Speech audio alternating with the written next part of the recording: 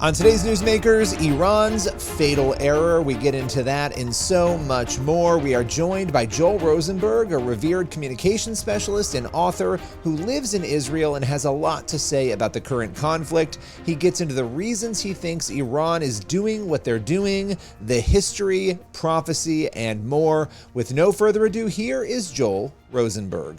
Joel, it is wonderful to see you. There's a lot going on right now. You are in Israel, in Jerusalem right now. What is life like inside Israel at this very moment? Hey, Billy, great to see you. It's pretty intense. We've lived in this country for 11 years. I've been coming back and forth to Israel while I was still an American citizen from back in college, 1987. So, for 4 decades, this has been a focal point for me.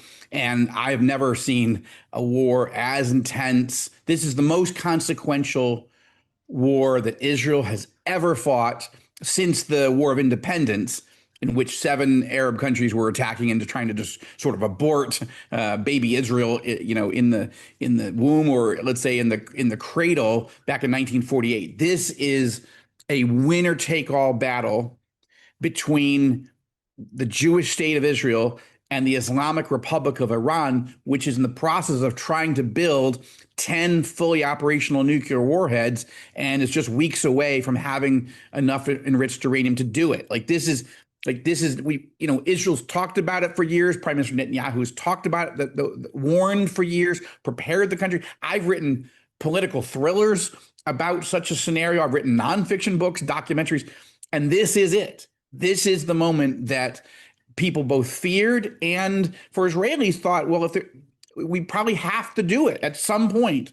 But nobody thought that, nobody outside the country thought that Israeli Prime Minister Benjamin Netanyahu had the courage to do it, the will to do it, or even if he was, quote, crazy enough to do it, to attack Iran's nuclear program when no one else would, and the ballistic missile program, and try to take out all of Iran's top military leadership.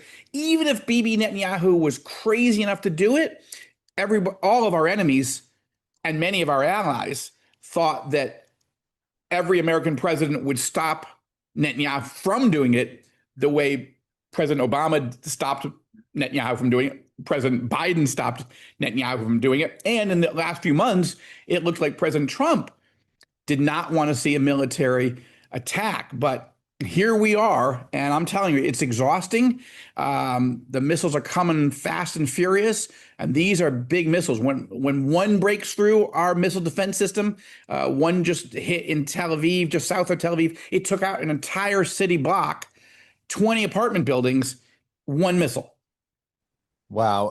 Okay, so many questions about what you just said. How do you think, if at all, October 7th factored in to this decision? Is there a world in which October 7th expedited this, made it happen? Do you think there's a possibility Israel might not have taken these actions had October 7th not happened? I'm just curious because that really did up the ante, obviously, in the region there in terms of the chaos. Yeah.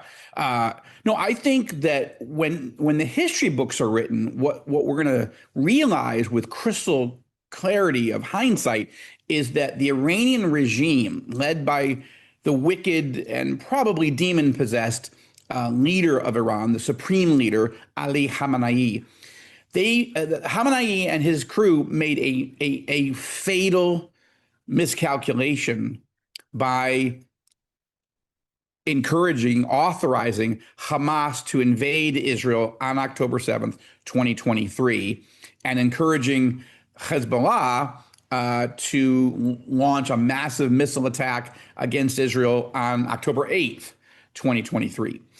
The theory from Iran was, rather than Iran having to attack Israel directly, let's let our terror proxies, our terror subsidiaries, franchises, to attack Israel from every angle. And then, of course, the Houthi terrorists, also armed, funded, directed by the Iranian regime.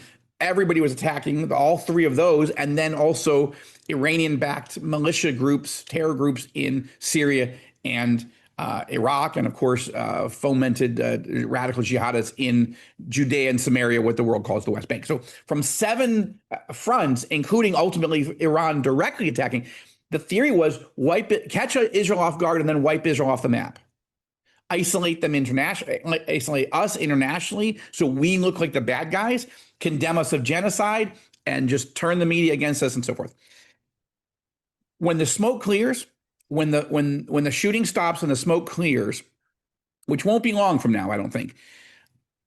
5 months from now, 6 months from now, a year from now, you and I will be talking about the fact that Israel has emerged as the dominant and sole superpower of the entire region.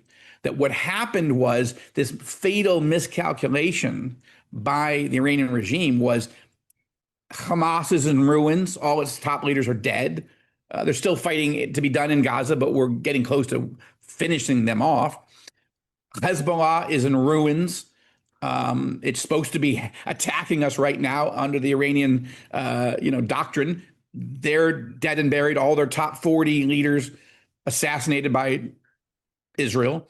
And now Iran's entire nuclear arsenal, or the program to build the arsenal, and all their ballistic missile forces, and their top 30 leaders dead, buried in smoking ruins. So if the Iranian regime even survives this, that's going to be an open question, and we'll see what happens. But no world leader has ever had the courage to do this, and the entire Iranian plan to destroy Israel, to wipe Israel off the planet, is in ruins as you and I speak. And it is messy. It is painful. I'm not saying it's easy, but I believe Israel is winning decisively because of the prayers of millions and millions, tens of millions of followers of Jesus Christ, who, as they have prayed so faithfully for the peace of Jerusalem, and thought, Lord, how come you're not answering? But what's happening is the entire Middle East is being reshaped, and I believe this is, it's a transformative moment in the Middle East, and it's a defining moment for Prime Minister Netanyahu, who I believe will probably not run for re-election and will end his career in the next year or two, whatever, having the worst stain on his record, unfortunately, October 7th, but the greatest successes in the history of the country since its biblically prophetic resurrection in 1948. And that's a pretty big deal to leave on. I destroyed the entire Iranian regime, capacity to attack us. I destroyed all of our enemies. And now I'm going into retirement. That's quite a legacy. So I've got to ask you, because you brought this up, and I've asked everybody this who I've interviewed this week. You obviously just referenced Ezekiel 37, essentially, which talks about, that's one of the chapters of the Bible that talks about the regathering of Israel in 1948 that we saw come to fruition. What you do see after that, Ezekiel 38 and 39, Gog and Magog and that battle, you do see Persia listed there. And so the natural question everybody has is, and we don't, obviously, we can't speak in definitives when it comes to prophecy, but what are you thinking right now when it comes to this conflict and what we see prophesied by Ezekiel in 38 and 39 there? Yeah. Well, I think there's two scenarios. And actually, I'm dealing with this Thursday night on the Rosenberg Report, my primetime show, 9 o'clock on TBN, which is Where Are We Prophetically? And this is one of the questions I ask. But let me answer it for you, Billy, because I know you're a great student of Bible prophecy, and this is a prophetic moment, absolutely. But there's two possible scenarios. I think the first one I'm going to give you is less likely, and the second one is more likely, but both are possible, and we don't know which one it is yet, right? So we have to be cautious, we have to be humble. Option A is that the Iranians will be so humiliated, Iranian leadership, by this last 21 months and by this last week, that the Iranian leadership, if it survives, turns to Vladimir Putin and says, "You're our ally. We've sent you suicide drones. We've helped you in Russia. You haven't lifted a finger to defend us from those crazy criminal Zionists. Come punish them with us." Now, the reason this seems unlikely is because what military does Iran have left? when this is over in another week. I mean, we've already destroyed 40% of their missile forces already, and we're not even a full week in, right? So, and what about Russia? It's getting picked apart by the Ukrainian military, and it's lost 900,000 troops, either killed or severely wounded. And the Russians are importing North Korean combat troops because they don't have enough of them. So it seems unlikely, but there is a scenario, Billy, that the Russians and the Iranians turn to the Turks, Gomer in Ezekiel 38, ancient language. Gomer. Turkey has the biggest army in all of Europe. Now, it's a NATO ally, but if you listen to Recep Erdogan, the anti-Semitic, anti-Israel leader of Turkey, he is talking about invading Israel. He's talking about punishing Israel for all that's happened in Gaza. He is a tacit ally of Russia and Iran. So could Putin and the Iranians persuade him, we need to go, this is an emergency, we need to go and bring vengeance on Israel, and then mobilize, Libya and Sudan and others? That's possible. I think it's unlikely, but I can't rule it out, right? The other scenario is that what we're heading into, Billy, is the first of 11 verses of Ezekiel 38, where Russia and Iran and all these countries have an alliance. They're preparing themselves at one level in terms of growing closer, but Ezekiel 38 verse 11 is that Israel's living securely in the land, that we're actually heading into a time where Hamas is destroyed, Hezbollah is destroyed, the Iranian military threat is destroyed, the Assad regime has fallen in Syria, that the Saudis want to make peace with us, that Lebanon might want to make peace with us, that the regime in Iran could fall. And a man I have actually had a chance to not only meet but interview for All Israel News on the Rosenberg Report is the Crown Prince and possibly future leader of Iran, the moderate pro-Israel, pro-American Reza Pahlavi, who made an historic visit to Israel 2 years ago. And I sat with him in Tel Aviv at the only U.S. TV network to get an interview with him. And he said, I want to, when I get into power or when I help liberate Iran, whether it's me or somebody else, we're going to negotiate with Israel the Cyrus Accords. This is based on the idea of King Cyrus the Great in biblical history, who not only set all the Jews free from Babylonian captivity, sent us home to the land of Israel, but also paid for our trip, paid for the rebuilding of Jerusalem, and paid for the rebuilding of the temple. And that's what the possibly next leader of Iran wants to do. In that scenario, we could live a decade, 2 decades, 5 decades in a season of such peace, prosperity, security, that everyone would think, wow, I don't think that war of Gog and Magog is ever going to happen. That's the season that's coming.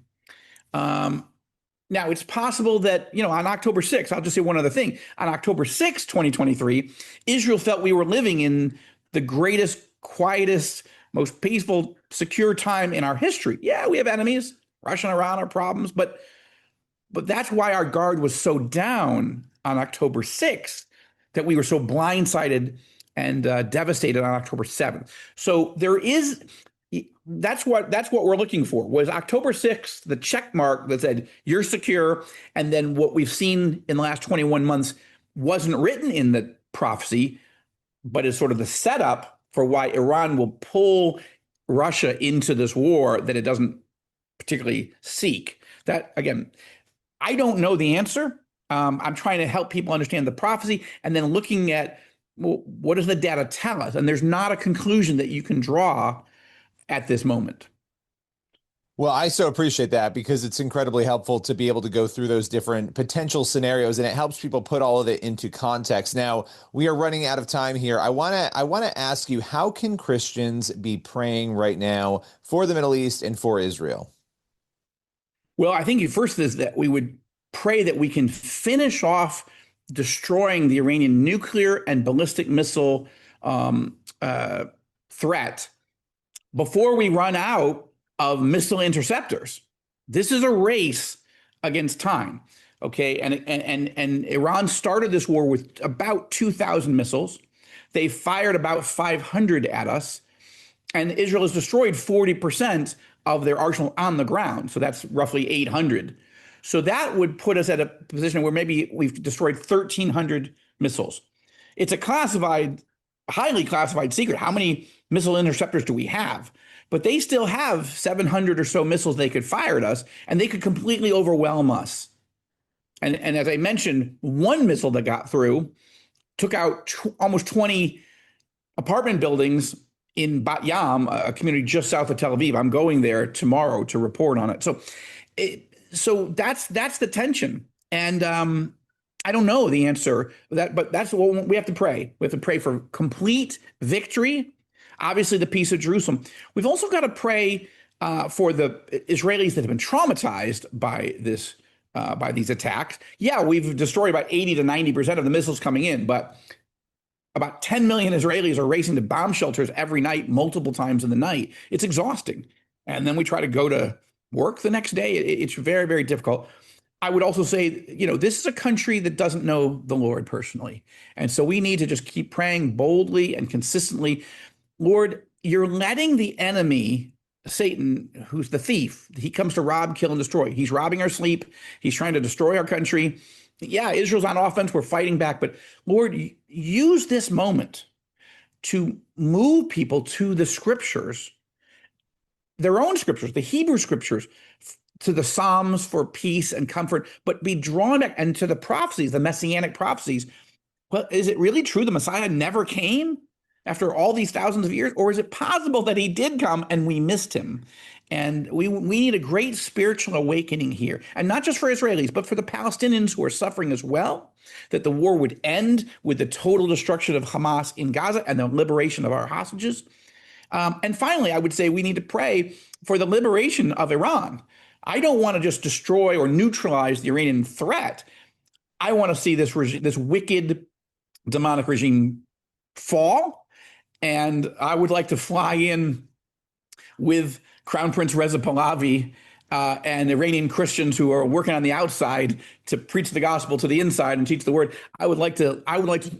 You and I can go together and cover a liberated, moderate, pro-American, pro-Israel Iran from the streets of Tehran. That'd be one for the ages.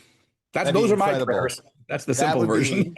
That would be incredible. Well, and that's what we'll be praying for, all of that. Joel Rosenberg, as always, appreciate your time today. My pleasure. Thank you, Billy, for caring about these things and being a key part of helping educate Christians to learn and to pray. And we pray that they would also potentially give to the Joshua Fund. We're doing humanitarian relief and strengthening the church on the ground right now during a very, very hard season. But bless you. I appreciate it, Billy. Just before we go here, where can people go to do that if they want to give and help out there? Sure. You can go to joshuafund.com. Again, joshuafund.com. We've just relaunched what we call the Rapid Response Fund, and there's information right when you get to joshuafund.com. That's not just our normal investment in the church to be the hands and feet of Yeshua, Jesus, here in the land and in our neighboring Arab countries, but also emergency response in this moment of very, very painful war. Well, I so appreciate your time as always, and people can head over there if they want to help out. Thank you so much. My pleasure. God bless you, Billy. That's all for today's Newsmakers. Make sure you head on over to the CBN News YouTube channel and cbnnews.com for more of the news you need to read. We'll see you again tomorrow.